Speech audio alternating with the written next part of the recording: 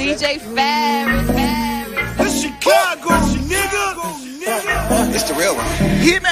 Only one that's pulling shit. Let's get to sports talk. Never. Kavino Rich with Field Yates. Now, in the NBA, the Sixers, we learned to trust the process. Are we doing the same field with the Dolphins in the NFL? So in some ways, yes. And as close as we can get in the NFL to trusting the process, we are. There are fundamental differences between the two leagues, though. The most important one is that in the NBA, one player... Who is going to trust the process? Because Tua is going to be sent down behind Ryan Fitzpatrick. So when his time comes and they get him the car to drive this team to where they want to go, it's a process with him. That means the Tua era start once he got the football in his hands. It's a process, just like the Sixers was in the NBA. This is how Miami gonna be.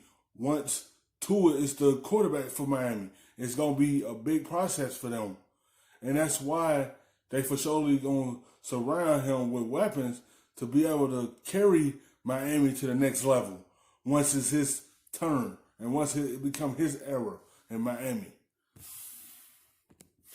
Really can alter your franchise forever. Of course, you do so in the NFL as well, but still, the minute, LeBron James or Zion Williamson or even Joel Embiid to a degree takes over as your franchise player, everything changes for you. So the Dolphins basically gave themselves as many swings for a home run as they could by having 3 first-round picks this year. They've got 2 next year. They got tons of cap space still. That being said, I just don't know if we'll ever have an NFL team that is able to bottom out in the way that the Sixers did.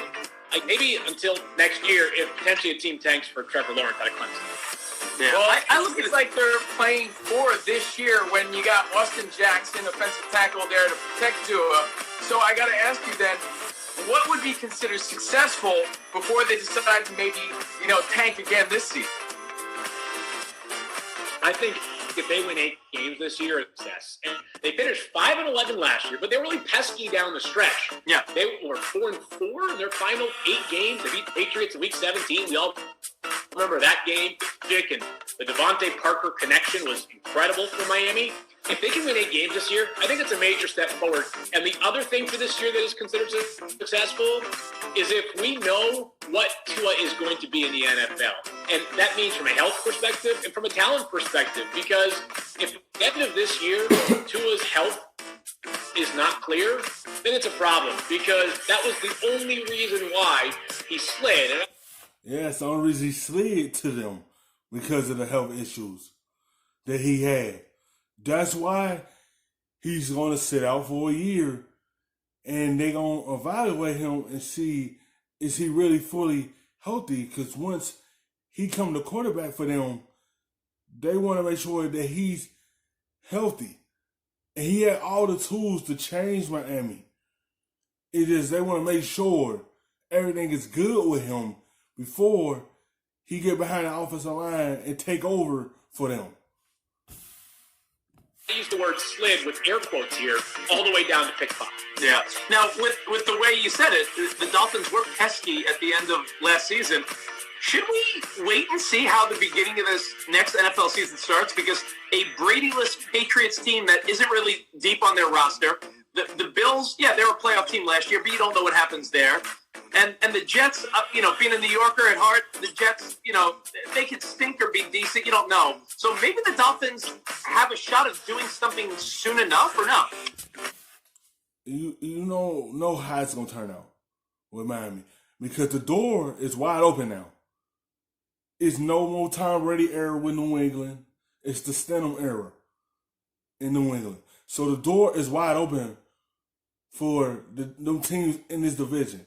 It's open for Miami and the Jets and Buffalo. It's open up for them now. Who's going to take that next step and take over the division and be at the top of the division finally, since Tom Brady is no longer in New England?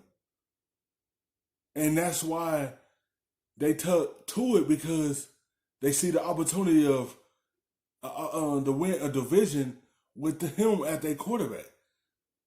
And now that it's open for them, and they know it's time now. Once he take over, that's why hopefully they play okay this season, so they don't have to rush him out there. And I don't think because they go 2-5 probably in the beginning, they ain't gonna rush him out there. They're gonna still let him sit there and watch, so he could be able to be fully healthy come his time. I think there's a chance this division is pretty competitive. And Yeah. I don't know that it's as competitive as maybe, for example, I think the NFC North is going to be super competitive, but like the top 2 or 3 teams in the NFC North might legitimately be NFC contenders. Yeah. I don't know if the AFC East has quite the top tier depth. And, you know, I'm using it as a rule like this year and maybe next year and the next year and the next year that I'm not counting the Patriots out until, like, I'm going to be a year too late. I'll just miss the boat on that one. Yeah. But I don't think anybody looks at these 4 rosters and says, okay, the class of the AFC starts in the AFC. I think it's, you know, the Ravens, most especially the Chiefs. But I do think the Dolphins could be kind of a factor this year. I don't know if a factor. It wouldn't surprise me if they're hanging around at the beginning of December and at least sniffing around in the AFC East for potential division championship. Could we trust the process? No one said it's a short process, Rich. It could be a long process.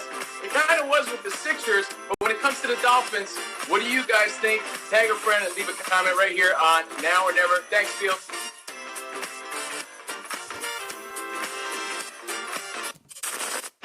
Thanks for watching ESPN.